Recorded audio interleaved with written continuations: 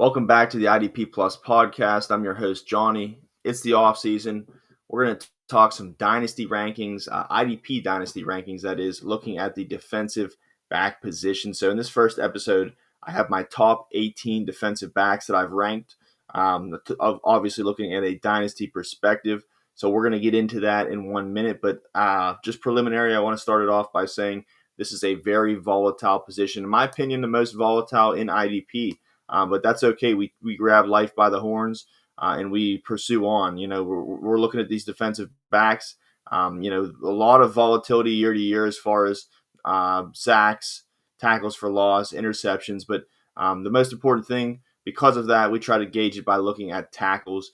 And with that being said, put tackles on the forefront of our minds when looking at these players and looking at these rankings. So, just to reiterate that point I just made. Stressing looking at the tackles. You look at two players that are going to be on this list. The first one being Derwin James. Derwin James this past year, 2024, had a great output in the sack department, 5.5 sacks, which actually led all defensive backs. But only two did Derwin James have 2 sacks in 2023. So those numbers can fluctuate. Again, Kerby Joseph, another great defensive back who's going to be on this list, had 9 interceptions. He led the NFL. He's only had 4 in 2023, the year before. So, even more than doubled that output. So these splashy stats, the ones where you get a lot of points for maybe in your leagues, are harder to come by. Of course, you're going to get more points, but don't get enamored with that. I'm here to tell you, still, look through the weeds and find those tackles, because that's what's going to lead you to success when looking at defensive backs. You don't need somebody who's going to get you 21 points and then 4 the next week. That's great. You can roster that player and you can have big dividends, but we're looking for players here that are going to get you 10 to 15 points week in and week out, more reliable options. And that's how I, custom made my rankings too. So without further ado, I'm going to start sharing my screen so you can get a look at my top 18 defensive backs. I will read them off before I go into each player individually. Please excuse my numbers on the left. Number 2 is actually number 1 because of the column, the table, tab I have at the top. So still at number 1. My rankings did not change from last year to this year. Antoine Winfield, still have him at the top spot. Number 2, I have Budda Baker. Number 3, Brian Branch. Number 4, Derwin James. 5, Kyle Hamilton. 6, Nick Cross. 7, Julian Love. 8, Jessie Bates. 9, Jaquan Brisker. 10, Kevin Byard. 11, Kyle Duggar. 12, Xavier McKinney. 13, Grant Delpit. 14, Kerby Joseph. 15, Deshon Elliott. 16, Josh Metellus. 17, Brandon Jones. And finally, rounding out the list at 18, Tyler Nubin, which is maybe a hot take. I have him making a big jump here in his sophomore season, but heading up to the top of the list, Antoine Winfield. I mentioned I had him number 1 last year. Who didn't? He had 122 tackles and 6 sacks in 2023. Again, 6 sacks this year. Let's see, he got 2. So it's still nice to see, more than 1 sack. Antoine Winfield is that kind of player. That's why he's number 1, because he can get the tackles and get the splash plays. But goes to show you how volatile this position is again. Of course, Antoine Winfield, as we see some red over here, he only played 9 games. So to have 2 sacks is fine. It's a fine standard. If you double that number, you're going to have 1 game over the 17 games played, but still that would be 4 sacks. So Antoine Winfield, when we look at the tackles in those 9 games, 2 of them were double-digit tackles. You can see this column I have next to tackles, D number tackle GMS, double-digit tackle games.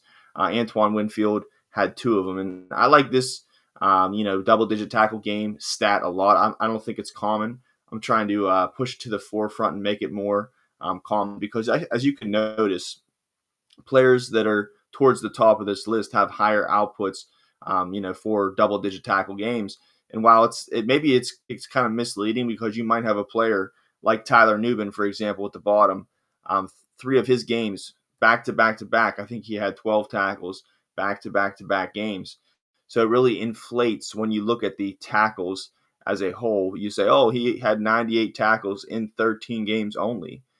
Yes and no. And the fact that the way I look at it is if you can get double-digit tackles at a consistent rate, then you're really somebody I want to, own and roster. So hopefully the consistency kind of gets there with Nubin specifically. But yes, anytime you can get a player to get double-digit tackles every 4 or 5 games is terrific. You can see Budda Baker here did it 7 times out of 17. That's almost half his games he's getting double-digit tackle rates, and that's why he was top of the list this year. So very good indicator there. But getting back on track, let's talk about Budda Baker. Budda Baker, 29 years old now, still has 3 years left on that contract. So, age might be setting in, but when you look at a player who had 7 double-digit tackle games, he had, ladies and gentlemen, 164 combined tackles, which leads the NFL for a safety single-season tackle mark at 164. That is the record. And let me just put this, sugar on top here. Budda Baker is the first safety since Pat Tillman in 2000 with over 150 combined tackles. He had also 147 in 2019, so he broke his own high mark. So terrific tackler here.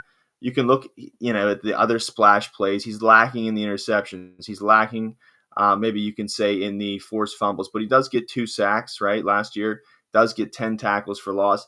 That, to me, you throw that out the window because, when you have a player getting almost 10 tackles a game at the safety position for a linebacker that is top of the cream of the crop, that is, excelling to the highest degree. When we talk about a defensive back doing it, it's absolutely unheralded. I'm not sure how long you've been playing fantasy football, but I've never seen that happen before. Defensive back averaging at a full season 10 tackles a game. So Budda Baker, really impressive stuff. Moving on to number 3, Brian Branch. Brian Branch is up on the trending up on the ascension, I should say. Fantasy star. This year had over 100 tackles, 3 double-digit tackle games. You can see in the green I highlighted 4 interceptions, 8 tackles for loss. Brian Branch is not the cream of the crop tackle getter, but I do think that this year he's going to kind of solidify himself as that strong safety there. He's got Kerby Joseph, a great bash brother. I think Brian Branch, and I'd like to see him just kind of like stick to one spot, not be used so much in the slot. Maybe the box snaps are fine. But to me, just kind of like let him find one groove and stick in it. And I think Brian Branch, just with experience, he's a dog. He's going to be the next kind of Derwin James. So I have a lot of high hope in him. And then you might be playing in a league out there where Brian Branch is listed as a cornerback, and you may have to roster cornerback. So extremely valuable. No way could anyone in their rankings not have Brian Branch as a top 3 dynasty defensive back moving forward. Number 4, Derwin James. Feels like Derwin James has been in the league for 10 years, but somehow he's still only 28 years old. Still has 2 years left on his contract.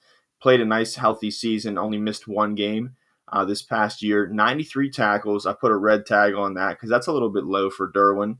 That's a little bit low for a top 5 safety, if you're going by tackles, right? But still, the 5.5 sacks, 10 tackles for loss, still had a pick, still very active. The health is the most important thing.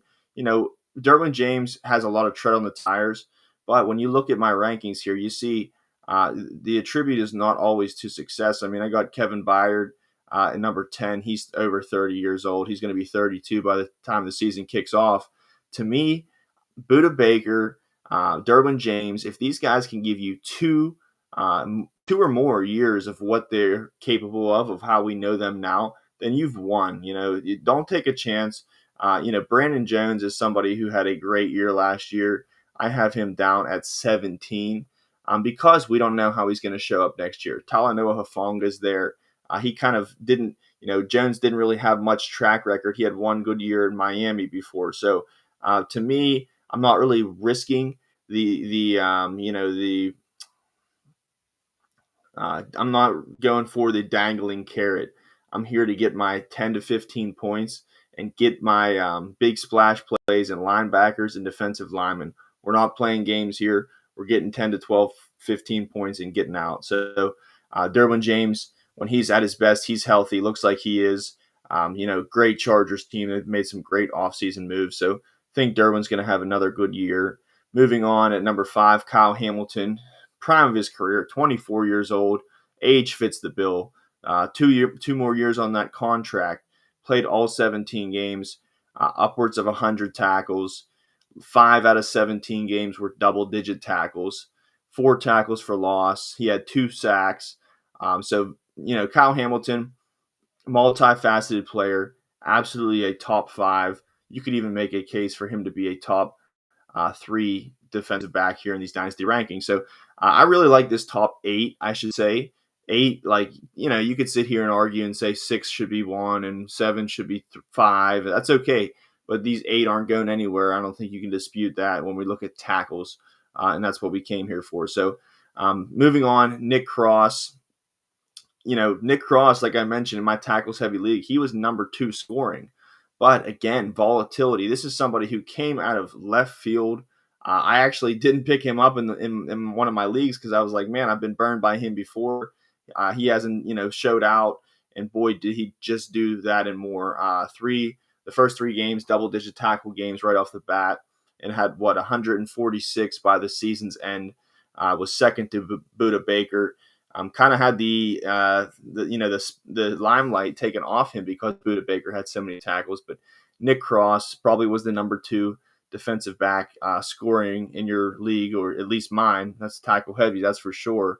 But Nick Cross, only 23 years old, has only 1 year left in his contract. But I think Nick Cross either plays so well that they're forced to resign him, or it doesn't matter really. If they don't resign him, I think Nick Cross can go really anywhere and be successful. Now, you might ask me, he was number 2 in scoring. He had 146 tackles, the second most out of safeties. Why is he not number 2, number 3? Point being is the Derwin James, the Budda Bakers. We know who they are. Nick Cross, we saw a great glimpse the full season of who he is, but is that going to continue? Next year, they're not going to have Julian Blackmon anymore. They're not going to go ragtag at free safety. They brought in Cameron Bynum. I think Bynum is a great player. He's a free safety. Doesn't mean he's going to outproduce. I don't think he's definitely going to outproduce. As far as tackles, when we talk about Nick Cross is the tackles guy there. Still think he is. But at the same time, Cam Bynum is an upgrade at the free safety position. So maybe he takes away some, tackles from Cross. So that could be on my mind as well. But Nick Cross, if he shows up, if he's the starter, which I do believe he is, and, gets the exposure, the allotted snaps that he did last year, and enhances his ability, grabs the bull by the horn, I think Nick Cross could easily make a case for number 2, 3 on this list. Moving on, one of my favorites, Julian Love. Getting a little bit older now, 27, but still another guy who feels like he's been in the year for 8-10 years. Still has 3 years left with Seattle. That's a good sign. He's a very good safety in Seattle, very good for fantasy, very good in real life. A little bit slipping in my rankings. I believe I had him top 5 last year, but that was because he had 2 back-to-back years with 120 or more tackles.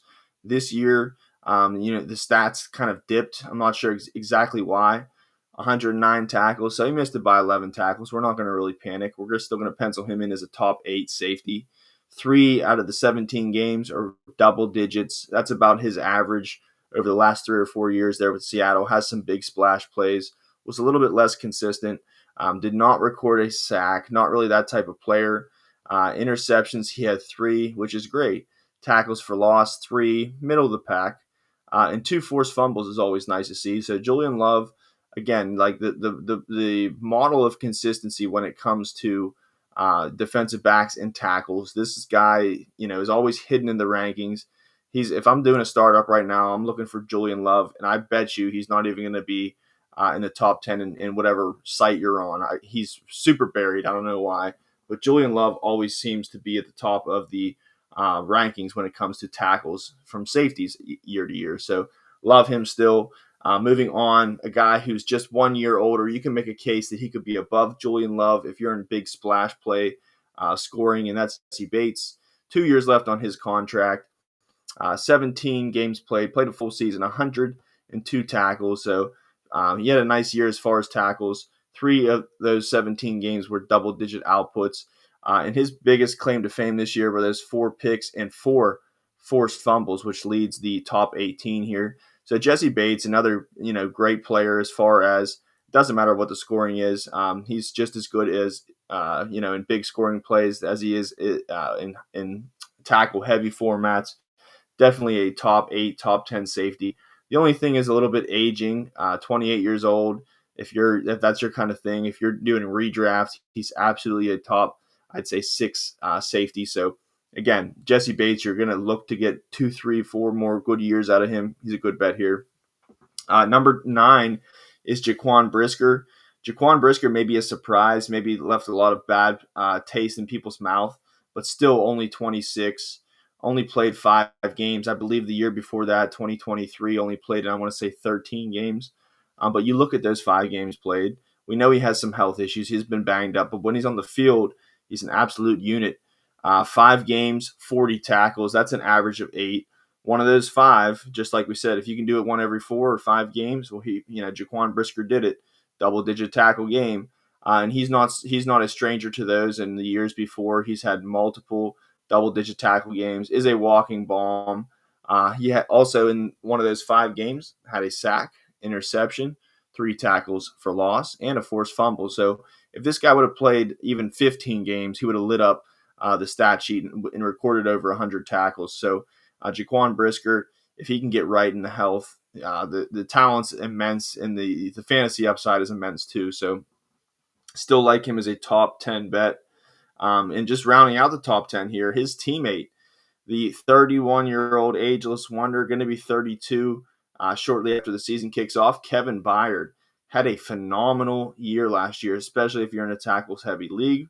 He only has 1 year left on that contract, but that's okay. That's all we need. This is kind of our last call for Kevin Byard. I'm not going to endorse him as a top 10 defensive back if he switches teams. It's more of a wait and see at that point. But still, a great player, a great safety. Once led the league as far as maybe I think interceptions, but definitely as far as the biggest contract at one point with Tennessee. Had a great year, 130 tackles, which is third as far as defensive backs. 5 of those games, of those 17, were double-digit tackle outputs, so had some huge games in there. Was consistent all year too. Brisker went out. They had Elijah Hicks in there. They were kind of ragtagging it, and Kevin Byard stepped up and grabbed life by the horns in a big way. So I still think you can ride him for 1 more year. Multifaceted player, gets the tackles for loss, the forced fumbles, gets the sacks, does it all. So Kevin Byard, this is going to be somebody who, if you're in a sleeper startup, he's going to be really low in the rankings because it's a dynasty league. But take advantage and get the Nick Cross of next year. Moving on, we got at number 11, Kyle Duggar, 29 years old, pretty consistent his career, still has 3 years left in that contract extension he signed with the Patriots. Had a little bit of a down year as far as health-wise, played in 13 games, but still averaged upwards over over 6 tackles a game with 81 tackles. 2 of the 13 games were double-digit tackle games, and that's about who he is. He gets double-digit tackle games quite often. So Kyle Duggar, hopefully he can get back to health. He even in that short season had 8 tackles for loss. So he's not a big sack guy. He's not a big interception guy. It wasn't because the season was cut short. He's never been that guy. But as far as tackling and getting to the ball carrier behind the line of scrimmage, he excels tremendously at. So Kyle Duggar can do it again. Another dependable player.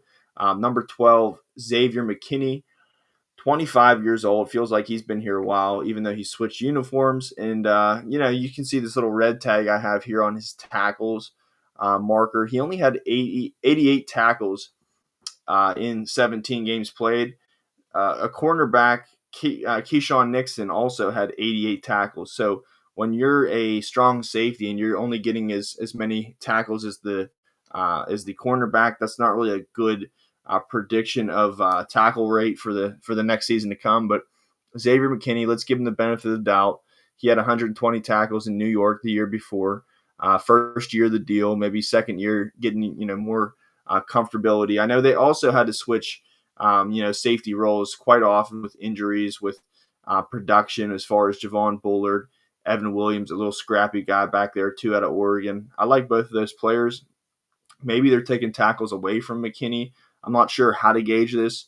If he gets back to 120 tackles and has 8 interceptions that he does, he's going to be a top 8, no doubt, defensive back. But we don't know exactly who he is in Green Bay yet. And another stat like this, just to give a fantasy tip here, when you look at Xavier McKinney, 8 interceptions. When you look at Kerby Joseph, 9 interceptions, you got to kind of take that with a grain of salt, because that's, they had to, in order to be a top 12, a top 15 defensive back, they had to have those 8 or 9 interceptions. If you take those away, and let's not take them away and call them zeros, let's call them 4s or 5s.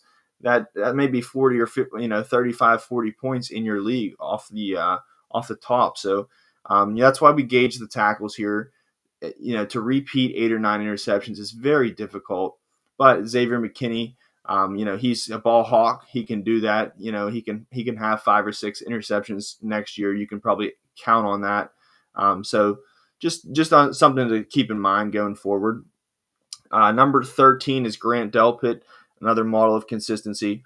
26 years old, prime of his career, 2 years left on the deal with the Cleveland Browns. Played 16 games, had 111 tackles, 2 double-digit tackle games.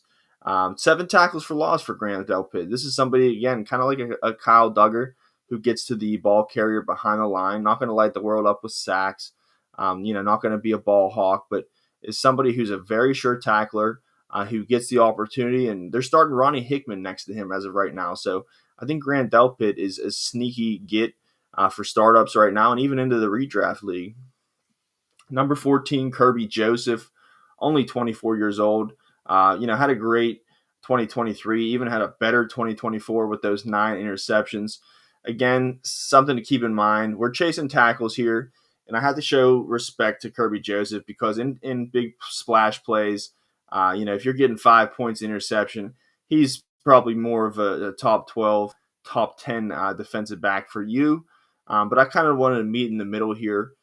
Big, heavy tackle scoring. He's probably not going to be a top 15 defensive back. That's where he landed this year just because the 9 interceptions. Other things went his way. But when you're only getting 83 tackles in 17 games, it's not likely that you're going to sustain that ranking. So Kerby Joseph, to me, maybe the tackles can come up, and the interceptions we have to assume are coming down a little bit. But unless the tackles come up, I don't think Kerby Joseph is going to be a repeat of success like he was in 2024. Number 15, Deshon Elliott, playing for my Steelers. Didn't think he was going to do that good, but I had confidence in him. He is 28 years old. He's a little bit older, but he might get re-signed at this point if Minkah Fitzpatrick, gets re-signed. I think they want to keep this duo up together. Minkah didn't make the list, but we'll save him for the next one. But Deshon Elliott, I still see some upside in him. Had 108 tackles in only 15 games played. 3 of those 15 were double-digit tackle games. He also had 4 tackle for loss, 2 forced fumbles, and an interception. Deshon Elliott didn't have a sack. He's probably not going to have a sack next year. He's not that type of guy. He's a short tackler.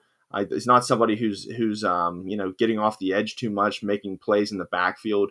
So to me, it's just you have those 8-10 tackle games. You probably don't have much any other stats on the box sheet, on the box score. 8 to 10 tackles might be it, but if you're getting 1.5, 2 points for a solo tackle, you're going to come to find out he's going to be owned by somebody real quick. So Deshon Elliott, this is kind of a murky spot too. 15, I say 15 to 30 is really throw up in the air, and this is really where things get dicey. Top 8, top 10 are pretty solidified, but here we get a little bit dicey. So bear with me. Number 16, Josh Metellus. Big ups to him. They maybe addition by subtraction especially for Josh Metellus. I don't know about the Vikings, but They lose Cameron Bynum. Bynum is now in Indianapolis, so Metellus is hopefully going to take over the free safety role or the strong safety role. With Harrison Smith there on his final ride into the sunset. Josh Metellus, in a down year last year, really slow to get it going. Was really strung around with what alignment he was going to be used, what position he was going to be used. Played all over the field, and props to him. He still had 103 tackles, 2 double-digit games, 2 tackles for loss, 2 interceptions, 2 forced fumbles. Still did pretty good, but we have to assume that him, kind of like I said about Brian Branch, just finding their lane and sticking to it, sticking to one job and doing it well. I think that's going to work out well for Josh Metellus, and I think we're going to see him get back to his 120 or more tackle ways. So Josh Metellus, I like him here. Had to include him. The next guy, I mentioned him before at 17, Brandon Jones. Brandon Jones, this could go one or two ways. He could be the next Nick Cross. He kind of was that this year. Or he can go back to being the Brandon Jones that we kind of thought he was. He had a great year, 115 tackles in 16 games, missed a game. He still had a quarter of his games, 1 out of 4, were double-digit tackle games. He was tremendous, especially in playoffs. I'm sure he left you with a good taste in your mouth. Also had 3 interceptions, a forced fumble, and 2 tackles for loss. Brandon Jones, one thing to keep in mind about him, as I do, predict kind of continued success. I don't know if I'd say he'd have the same year he had this year, but if he can be right around the ballpark of this year, that's tremendous value. If you can get him right outside of, right inside the top 20, would be a great, place to pick him to draft Brandon Jones. But keep in mind, they do bring in Talanoa Hufanga in Denver, and that's an upgrade. They're very similar, actually, those two safeties. As far as alignment, as far as the type of player they are, they can both get close to the line. They can both drop back and play deep. I'm surprised that they went out and got Hufanga. It's an upgrade nonetheless over PJ Locke, but they're similar type of players, and I'm interested to see how this one works out. If it's this late and 16, 17 safeties are gone and Brandon Jones is still there, I think it's a great time to take him, but I'm not guaranteeing the same success he had this year with Hufanga now there. And Singleton will be healthy with Dre Greenlaw now in town. So the dynamic has changed there in Denver a little bit. And I think Brandon Jones reaped the benefit, was in the right place at the right time. So hopefully he can, come to play and show that he belongs on that field, and he can show up for us in fantasy this year. Last but not least, at 18, Tyler Nubin. Not too many stats to really talk about with Nubin. 3 out of the 13 games were double-digit tackle games, 3 in a row. Very impressive. So I think the potential is there. 98 tackles in 13 games, very good. You have to assume if he had those 4 more games, he'd probably have another 20, 25 tackles. And that would be a fine number, passing 120 in his rookie year. Keep in mind, they do bring in Javon Holland in New York. So this is a big reason why I'm feeling comfortable about Tyler Nubin being the strong safety there. I think they bring the upgrade. They don't have to start Dane Belton anymore. Javon Holland is a nice free safety for them. Good get. So I think that's going to kind of help, as far as responsibility-wise, Tyler Nubin. And he can kind of stick in his role, not have to give up coverage as much, and make the tackles, what he was there to do, what type of player he is. So Tyler Nubin, I think, has huge dividends, could be a top 12 safety coming into next year. So don't forget about him. Maybe 18's a little bullish, but definitely deserves some respect. So I wanted to put him on the map. And like I had mentioned, that is all for this episode. But keep looking up for that second episode where I will drop 19 through 36. And I just wanted to mention right now at idpplus.com, if you are not a subscriber, please become a subscriber today. Subscribe to our YouTube channel here. And right now, don't click off the site yet. Right now, we are still doing a lesser price promo for the subscription at idpplus.com than we do in June, July when the season kicks off. So if you are not a subscriber already, check us out at idpplus.com. Become a subscriber, and you will get that reduced price listen, ladies and gentlemen, it's only going to be till the end of May. Once June comes around, it is the regular season. That price will come up. So while it's still the off season, get it for a cheaper rate while you can now, and you'll like what you get. So I appreciate you rocking with me. We will catch you back for round 2 of 19 through 36 defensive back dynasty rankings. Thank you for watching the IDP Plus YouTube network. If you enjoyed this video, give it a thumbs up and don't forget to subscribe to our channel. Be sure to tap the bell icon to get notified whenever we upload new content.